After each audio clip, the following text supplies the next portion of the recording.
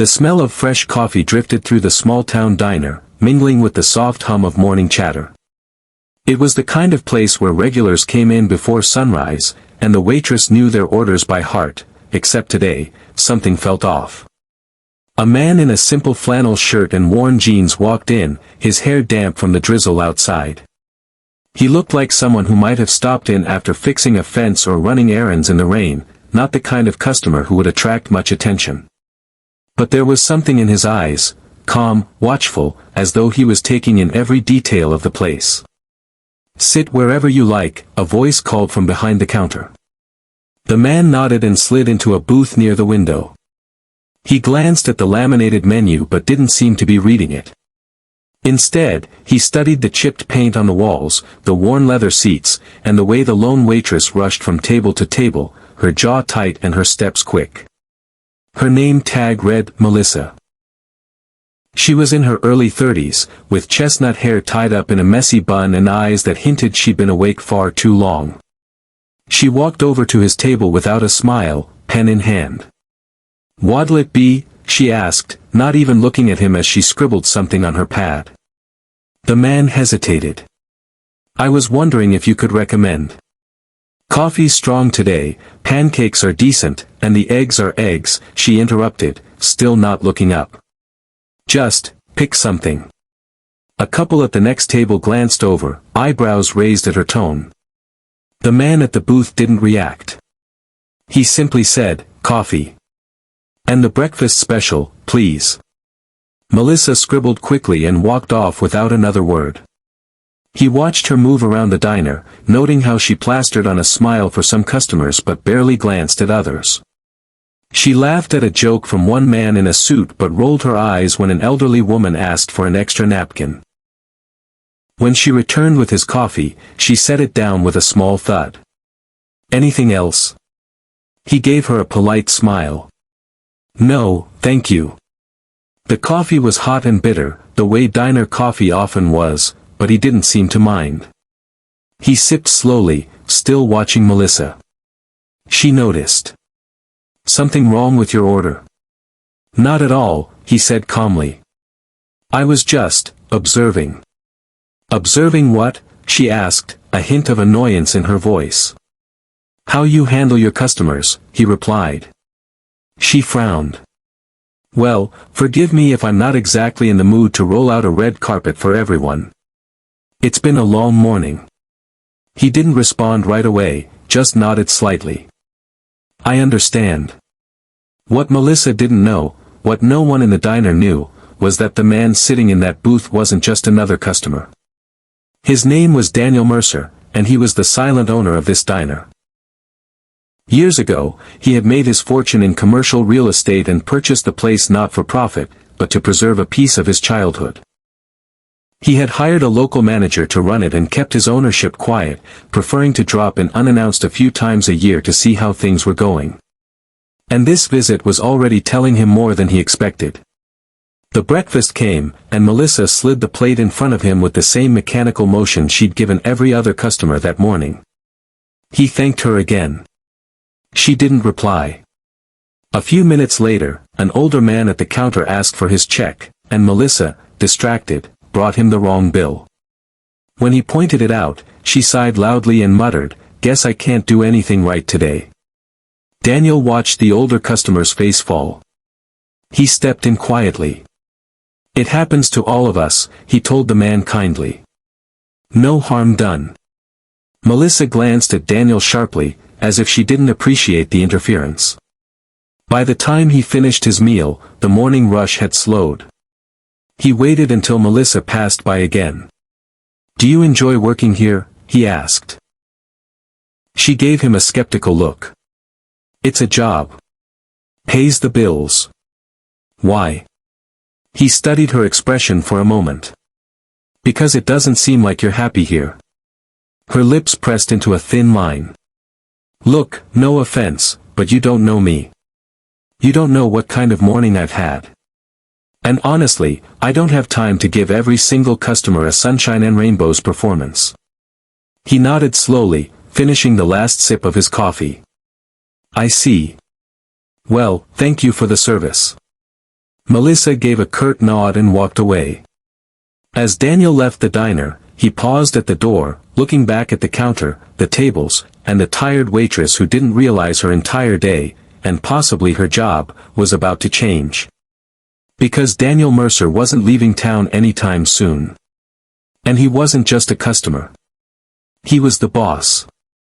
Daniel didn't head straight back to his car after leaving the diner. Instead, he crossed the street and leaned against a lamppost, looking back through the rain-smeared windows. Melissa moved behind the counter with quick, tired motions, refilling a coffee pot and checking orders. To anyone else, she might have looked like just another overworked waitress in a small-town diner. But to Daniel, she looked like someone carrying more weight than her shoulders were built for. He stayed outside until she disappeared into the kitchen, then walked toward the side alley that led to the back door. The drizzle had turned into a steady rain, and the scent of wet asphalt filled the air. He waited there, leaning casually against the wall, until the back door swung open. Melissa stepped out, cigarette in hand, her shoulders sagging. She lit it, took a deep drag, and exhaled slowly, as if she'd been holding her breath all morning. When she saw him, she froze for a second. "You again?" she asked warily. "What, did I forget to refill your coffee or something?" Daniel smiled faintly. "No. Just thought I'd get some fresh air." She gave a dry laugh. "Fresh air? Out here? You might want to check your definition." He didn't take offense. "It's quieter here." Melissa leaned against the brick wall, avoiding his gaze. "Look, if you're trying to make small talk, don't. I'm not exactly good company right now." Daniel studied her for a moment. "Rough day? Rough week? Rough month? Take your pick." She took another drag from her cigarette. "And before you say anything, yes, I know I could be friendlier to customers. But you have no idea what I'm dealing with." "Then tell me," Daniel said gently. Melissa gave him a look as if she was about to tell him to mind his own business. But something about the way he stood there, calm, unhurried, genuinely interested, made her hesitate. She sighed. "My mom's in the hospital. Heart issues. The bills are piling up. I'm picking up double shifts just to keep up, and my car's about to give out. And last week," she paused, swallowing hard. "Last week my landlord said if I'm late one more time with rent, I'm out. So yeah, excuse me if I'm not exactly Miss Hospitality." Daniel didn't interrupt. He just let her speak. Melissa looked down at her cigarette, as if embarrassed she'd said that much. "Sorry. You didn't need to hear all that." "No," Daniel said quietly, "I did." Before she could ask what he meant, the sound of someone calling her name came from inside the diner. Melissa straightened. "I've got to get back. Enjoy your fresh air." She slipped back inside, leaving Daniel standing in the drizzle, his mind turning. Later that afternoon, Daniel returned, not as a customer, but as the owner. He walked into the office in the back, where the diner's general manager, a heavy-set man named Rick Lawson, sat going through invoices. Rick looked up, startled. "Mr. Mercer? I didn't know you were in town." "I came in for breakfast," Daniel said, closing the door behind him. "Incognito, as usual." Rick chuckled nervously. "Hope the food was up to your standards." "The food was fine," Daniel said evenly. "But I'm concerned about how some of the staff are doing. Particularly Melissa." Rick frowned. "Melissa's, well, she's been a bit difficult lately. Customers have complained about her attitude. I've had to warn her twice." Daniel leaned against the desk. "Did you ever ask her why?" Rick shifted uncomfortably. "I mean, people have problems, but we can't have bad service driving customers away." Daniel's eyes hardened just slightly. "Rick, this diner isn't just about food. It's about people. The people who eat here, and the people who work here. Rick opened his mouth, but Daniel raised a hand. I want you to give her a lighter schedule for the next week. Paid. And I want her car looked at by the mechanic we use for deliveries. I'll cover it. Rick blinked. Sir, with all due respect, she might not even. Do it, Daniel said firmly. When Daniel left the office, he didn't head back to his hotel. Instead, he sat in his car for a long time, watching as Melissa served a table of teenagers. She still looked tired, still looked like the world was pressing down on her, but for the first time, he had a plan. What Melissa didn't know yet was that this rainy Tuesday would mark the start of something she never expected, an encounter that would test her pride, challenge her trust, and ultimately change the way she saw people forever. And Daniel wasn't just going to be her boss from afar anymore. He was about to step directly into her story. The next morning, Melissa walked into the diner still wearing the same tired expression, expecting another long day. She didn't notice right away that her schedule had been changed on the board near the kitchen door. When she finally glanced at it, she froze. Rick, she called, her voice wary. The manager looked up from the register. Yeah. Melissa pointed at the board. Why are half my shifts gone? I need those hours. Rick scratched the back of his neck. Don't worry about it. You're getting paid for the days you're off this week. Melissa blinked. Paid? Why? Rick shrugged. Call it management's decision. Think of it as a break. Melissa narrowed her eyes. What's the catch? No catch, Rick said quickly, then moved away before she could press further. Melissa didn't buy it, but she didn't have time to figure it out. The lunch rush was starting, and she threw herself into work. Still, the thought gnawed at her. Paid time off didn't just fall out of the sky in her world. Her second surprise came after her shift. She stepped outside to find her old sedan parked at the curb, but something was different. The rusted dent on the passenger side had been fixed, and the tires looked brand new. On the front seat was a small envelope with her name on it. She looked around the parking lot, but no one seemed to be watching her. Heart pounding, she opened the envelope. Inside was a note written in neat, deliberate handwriting. Thought you could use a reliable ride. No need to pay me back. A friend. Melissa stared at the note for a long time, her fingers trembling. She didn't know whether to feel grateful or suspicious. In her experience, no one gave something for nothing. That night, she visited her mother at the hospital. Her mom, pale but smiling faintly, squeezed her hand. You seem lighter tonight, honey. Melissa forced a laugh. Just had a weird day. Good weird or bad weird, her mom asked. Melissa hesitated. I'm not sure yet. 2 days later, Melissa had her first paid day off in months. She didn't plan to spend it anywhere glamorous, just laundry, grocery shopping, and maybe a few extra hours at the hospital. But when she returned home from the laundromat, she found an envelope slid under her apartment door. Inside was a stack of grocery gift cards and another note. Take care of yourself. A friend. Melissa sat down heavily on her couch, staring at the note. It was the same handwriting as before. Okay, she muttered to herself. Who are you? Her first thought was that maybe her mom's church friends had pitched in, but the handwriting didn't match any of the cards they'd sent before. She even asked Rick casually if he knew anything about it, but he just shrugged and changed the subject. By the end of the week, the mystery was driving her crazy. She was grateful, of course, but she hated feeling like she owed someone she couldn't even thank. On Saturday afternoon, she walked into the diner for a short shift. The place was unusually quiet for a weekend. Only 2 booths were filled, and one of them was occupied by the same man she'd served earlier in the week, the one in the flannel shirt who seemed to notice everything.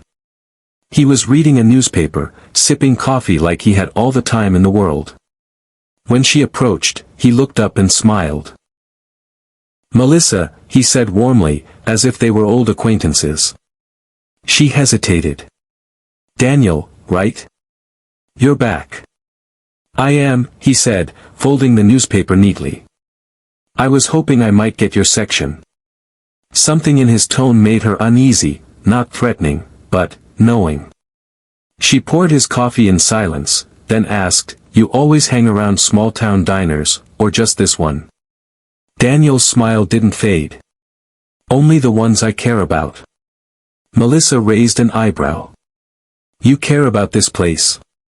I do, he said simply. More than you might think. She studied him for a moment, feeling like there was something she was supposed to understand but couldn't quite place. And then, out of nowhere, Daniel asked, Did your car drive okay this week? Melissa froze, the coffee pot in her hand hovering midair. What? Daniel leaned back, his eyes calm but unreadable. I noticed you've had some car trouble before. I thought maybe things were running smoother now. Her heart began to race. Wait.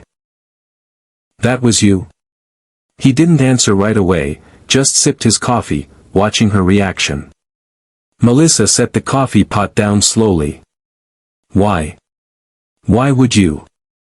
Daniel's voice was quiet but steady. Because sometimes people just need a break. And you've been carrying too much for too long.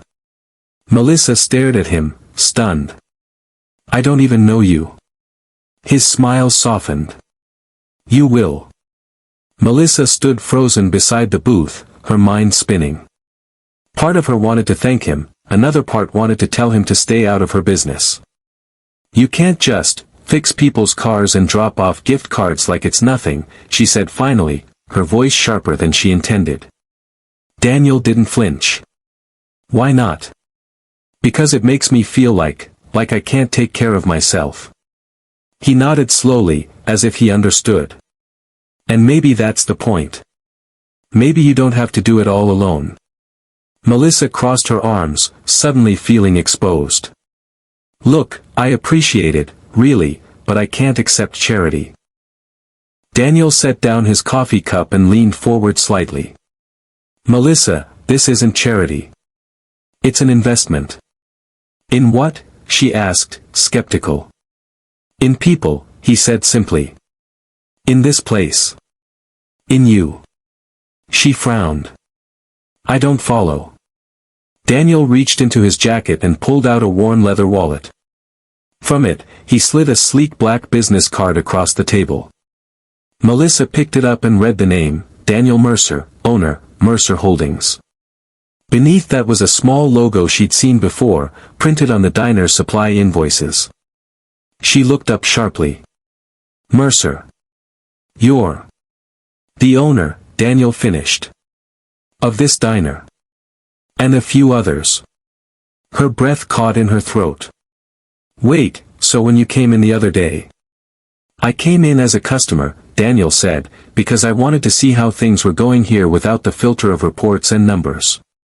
I wanted to see the people. I always do. Melissa felt her cheeks burn.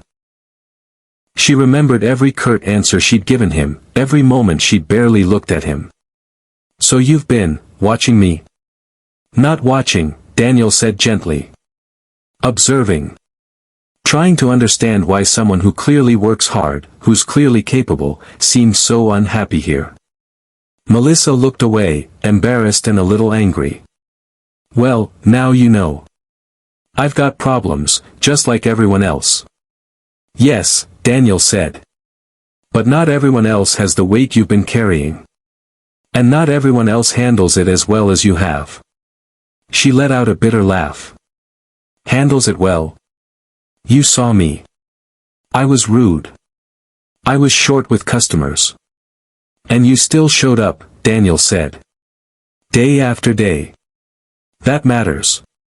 Melissa didn't know what to say.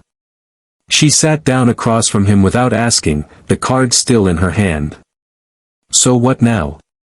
Are you here to fire me? Daniel smiled faintly. No.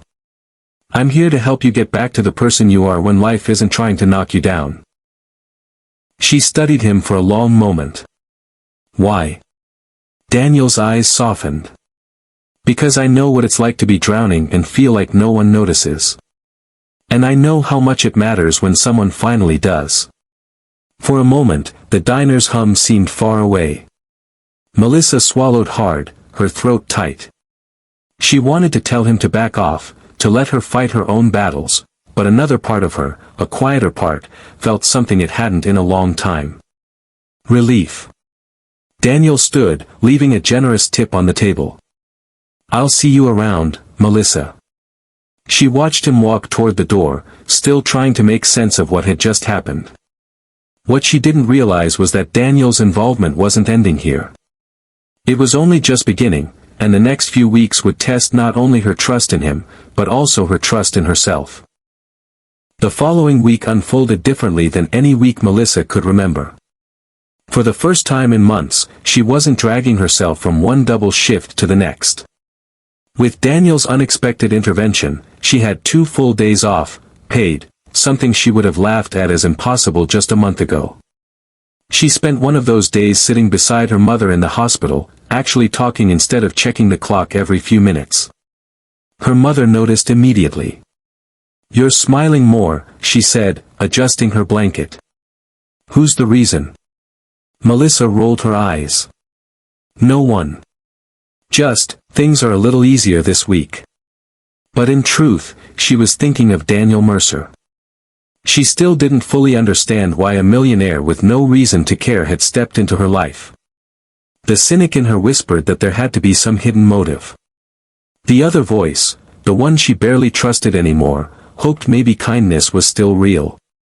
At the diner, her coworkers noticed the change too. She wasn't all sunshine and sparkles. Melissa wasn't wired that way, but she found herself being less short-tempered with customers. She caught herself offering a genuine smile when a regular cracked a joke. Even Rick, the manager, seemed confused by her lighter mood. On Thursday afternoon, another surprise arrived. A small box was delivered to the diner, addressed to her. Inside was a new pair of sturdy, comfortable work shoes and a note. Every marathon needs good shoes. D. Melissa shook her head with a half-smile. Unbelievable, she muttered. But she wore them anyway, and by the end of her shift, her feet weren't throbbing like they usually did. That evening, as she was leaving, she saw Daniel sitting in his car across the street. He wasn't dressed like the millionaire on his business card, just jeans, a jacket, and that calm, observant gaze.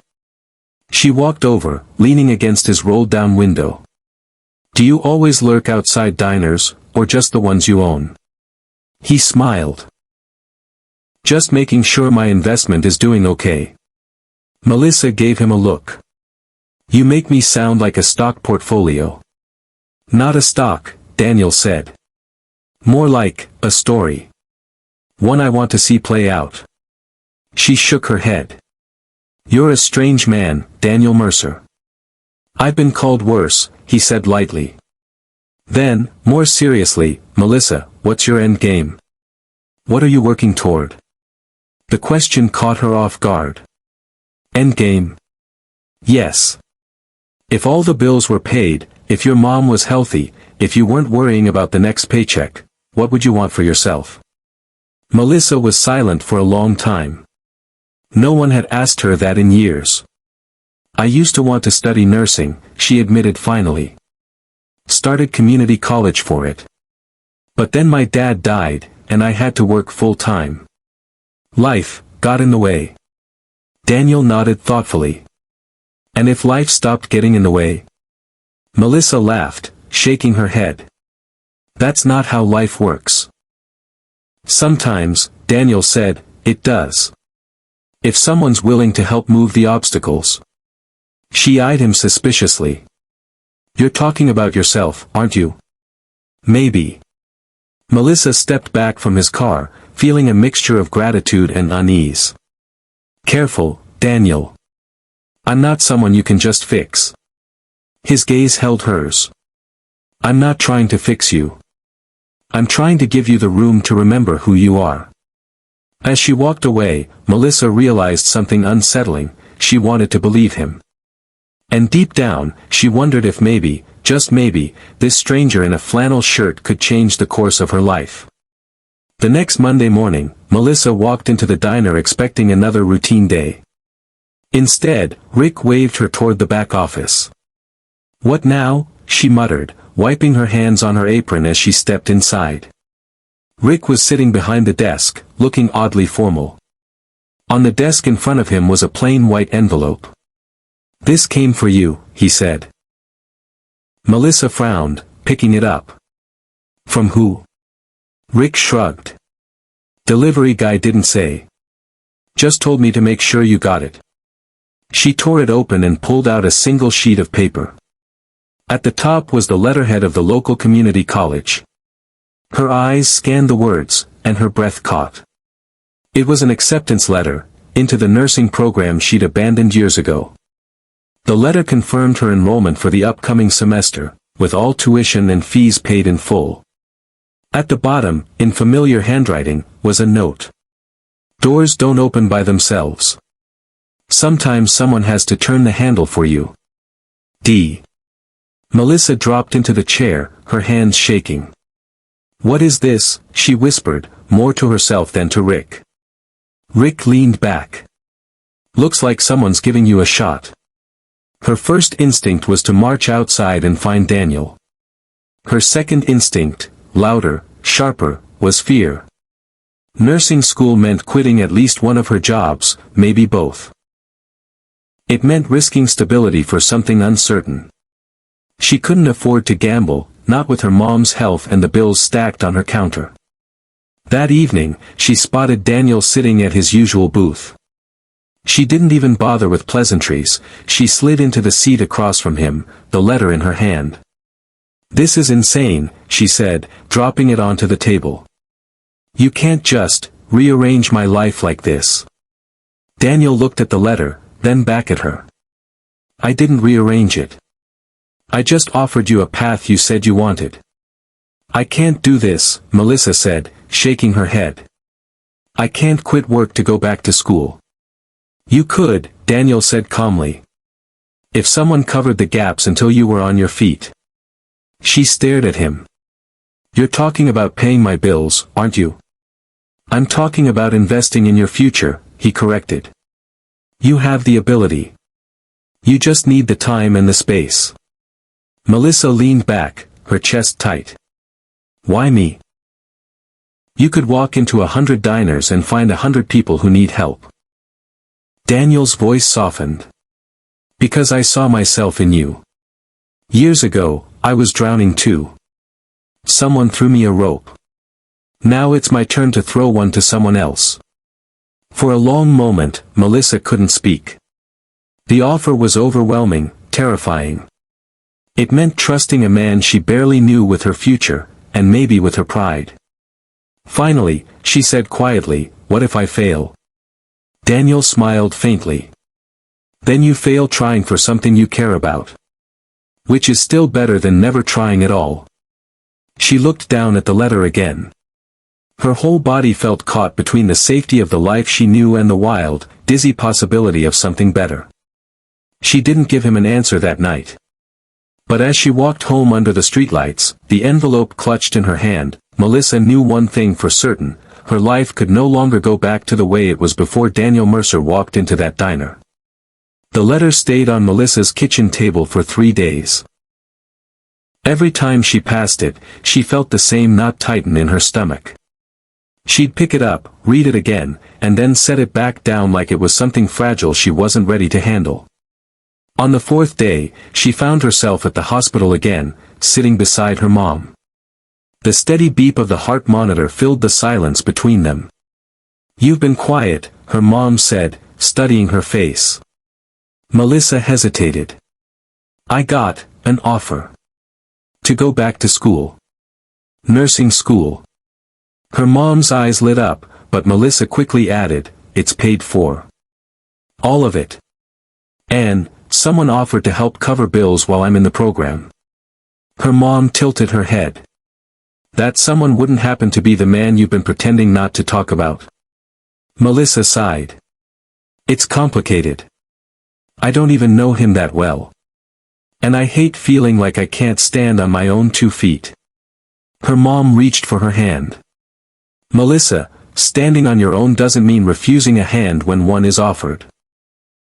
It means knowing when to grab it and pull yourself up. The word settled deep in Melissa's chest. That night, she sat at her kitchen table, staring at the letter. Finally, she picked up her phone and sent Daniel a message. I'll do it. The reply came within minutes. Good. I'll be there every step of the way. 3 months later, Melissa's life looked completely different. She'd left one of her jobs, cut her diner hours to part-time, and started her first semester in the nursing program. The work was exhausting, but it was the kind of exhaustion that felt purposeful. Daniel didn't hover, but he checked in, sometimes in person, sometimes with a quick text. He never made her feel like she owed him. When she protested about the help, he'd simply say, "You're doing the work. I'm just clearing the path." Her mom's health improved slowly, enough for her to come home from the hospital. And for the first time in years, Melissa allowed herself to imagine a future that wasn't just about surviving the next week. One evening, she found Daniel sitting in his usual booth, sipping coffee. She walked over and slid into the seat across from him. "I don't think I've said this properly," she began. "Thank you." Daniel smiled. "You don't have to." "I do," she insisted. "Because you didn't just give me money or time off work. You gave me something I thought I'd lost." "And what's that?" he asked. "Belief," she said quietly. "In myself. In people." Daniel's eyes softened. "That's all I wanted to do." They sat in comfortable silence for a moment, the hum of the diner around them. For Melissa, this place no longer felt like a cage she was trapped in, it felt like the starting point of the life she was finally building. And as Daniel left that night, Melissa realized something important. Sometimes the people who change our lives the most don't arrive with grand speeches or promises. Sometimes they just walk in, order coffee, and see us in a way no one else has. And in that quiet, steady way, they turn the page to a new chapter we never thought we'd get to write.